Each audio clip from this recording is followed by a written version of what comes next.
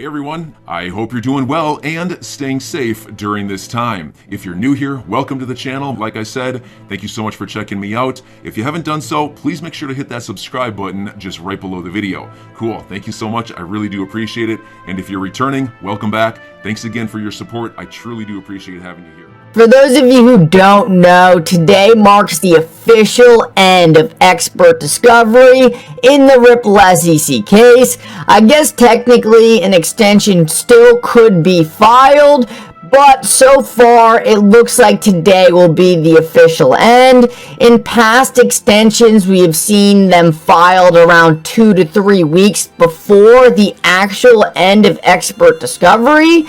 I have not seen anything filed yet. So as of now, it looks like today should be the last day. My fingers are crossed.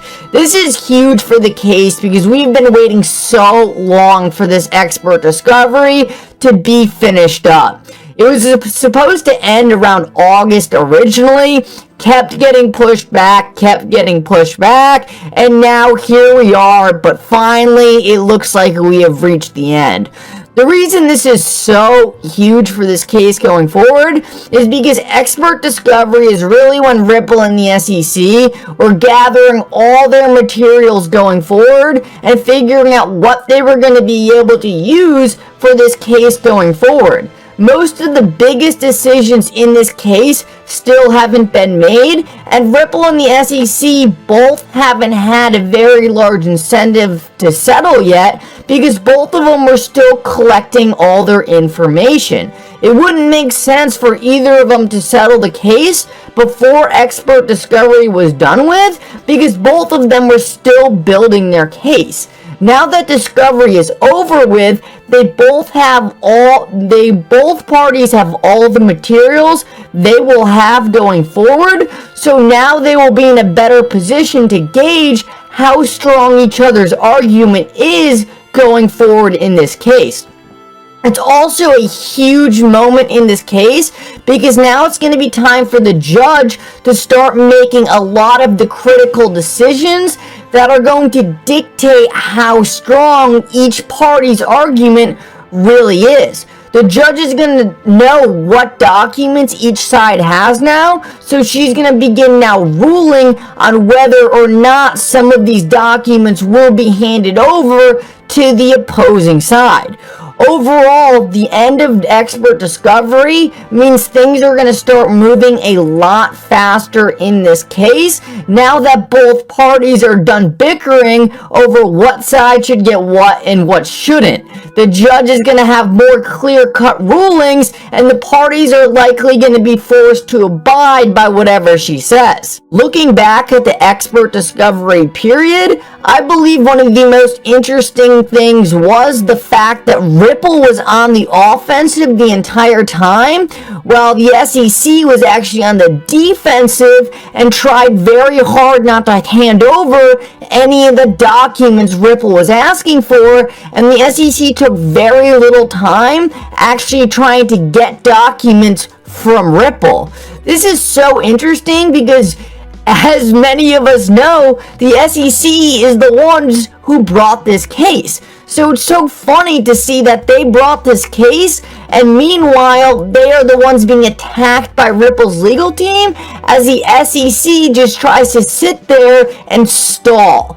One thing we do know, and this has come out of multiple sides of Ripple's legal team, is the SEC is using time as a weapon in this case. They have been delaying because the law is not on their side.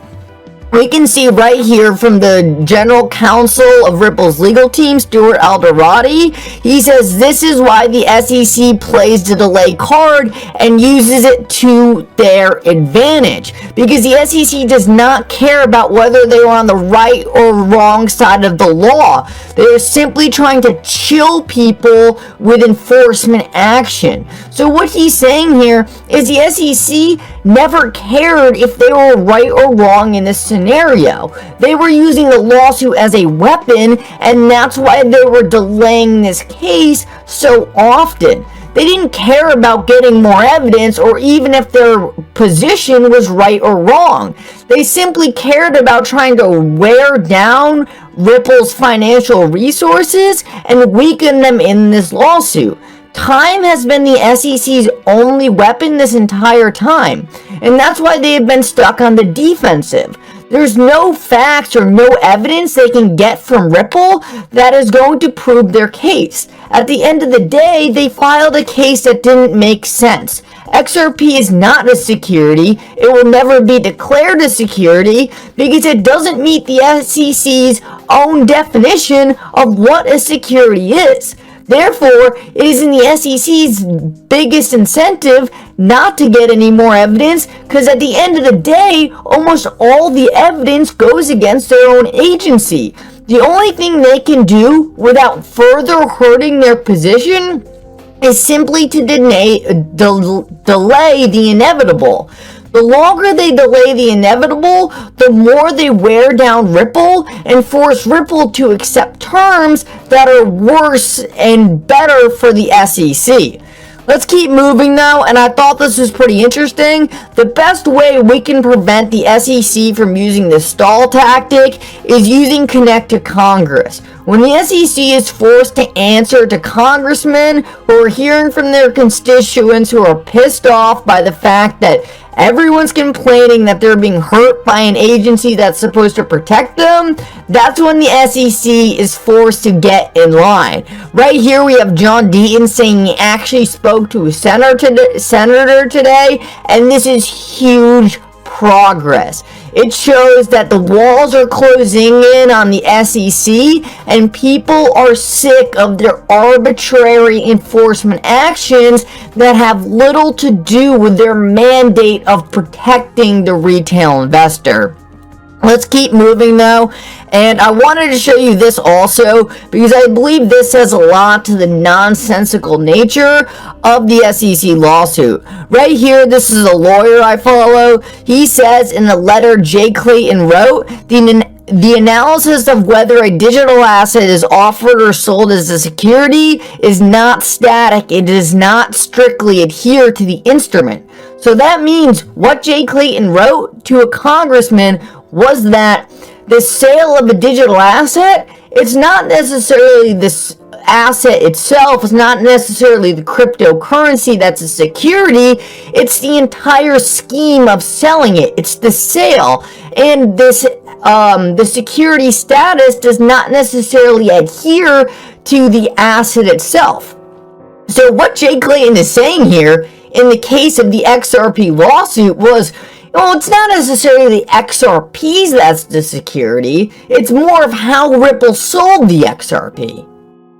Well, that's very confusing because in the lawsuit, Jay Clayton alleged at all relevant times during the offering, XRP was an investment contract and therefore is a security. Right here, we can see this lawsuit filed by Jay Clayton completely contradicts the things he was saying in the past. In the past, what he was saying made sense. Yes, the way Ripple sold some of the XRP, that sale, the contract involved in that sale could have been a security. The thing that doesn't make any sense is calling XRP a security because that goes against what the SEC has said for the last 100 years of what a security is.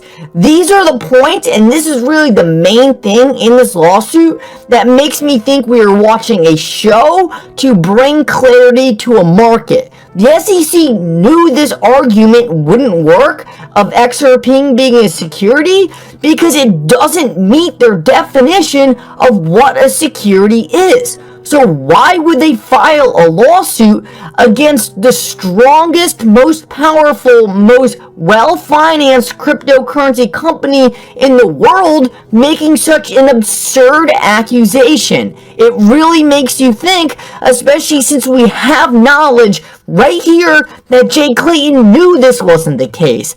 It makes your head spin, and it's one of the reasons why I find this case so fascinating. That along with Ripple's partners, because When you look at Ripple's board of executives, you look at it and you're like, these people are not here for no reason.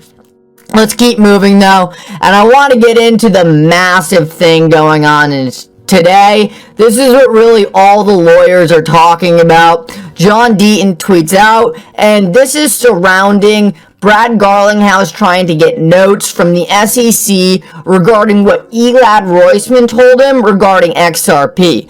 John Deaton tweets out, this is potentially huge exculpatory evidence. If these notes are produced and corroborate Brad Garlinghouse's testimony that he left the meeting with Roisman feeling confident that ongoing sales of XRP were not sales of unregistered securities, game over. So John Deaton is telling us that these notes from this meeting could end the SEC's case flat out. And the reason is because if Elad Roisman, a commissioner at the SEC, was telling Brad Garlinghouse that XRP is not a security, then this just puts to bed almost every single one of the SEC's accusations. One of the main premises the SEC is running their case on is that Ripple should have known what they were doing was wrong. Well, if you have commissioners at the agency telling Ripple what you're doing is not wrong, well, then that makes the whole case trivial. It shows that this case had nothing to do with protecting anyone and was simply used for something else that maybe one day we'll get the answer to, but it certainly is not for the reasons that the SEC is alleging. So if we keep moving though, and we can see that a lot of different lawyers have weighed in on this, Bill, he commented on this, and he says specifically that he believes that Ripple will be able to get these notes because he believes that these notes are going to be so exculpatory, and that means so critical to the case, that Ripple will be granted them because it essentially disproves everything the SEC is alleging in the case they brought against Ripple. And just think about that. The SEC brought this case against Ripple saying that their founders should have known what they were doing was wrong, and then were in meetings with Ripple telling them that what they were doing wasn't wrong. That just lets you guys know that there is a lot going on behind the scenes here. I pray one day we will have all the answers, but we might not. Anyways, it's still one of the most fascinating things I've ever paid attention to. Jeremy Hogan weighs in on this also, and Jeremy Hogan commented on this specific motion in the past, actually, and he said, I'm not sure if Ripple gets these notes. He thought the SEC made a good argument. I reached out to him again after this most recent filing, and I said, do you think these are handed over to Ripple, or do you still think Ripple won't get them?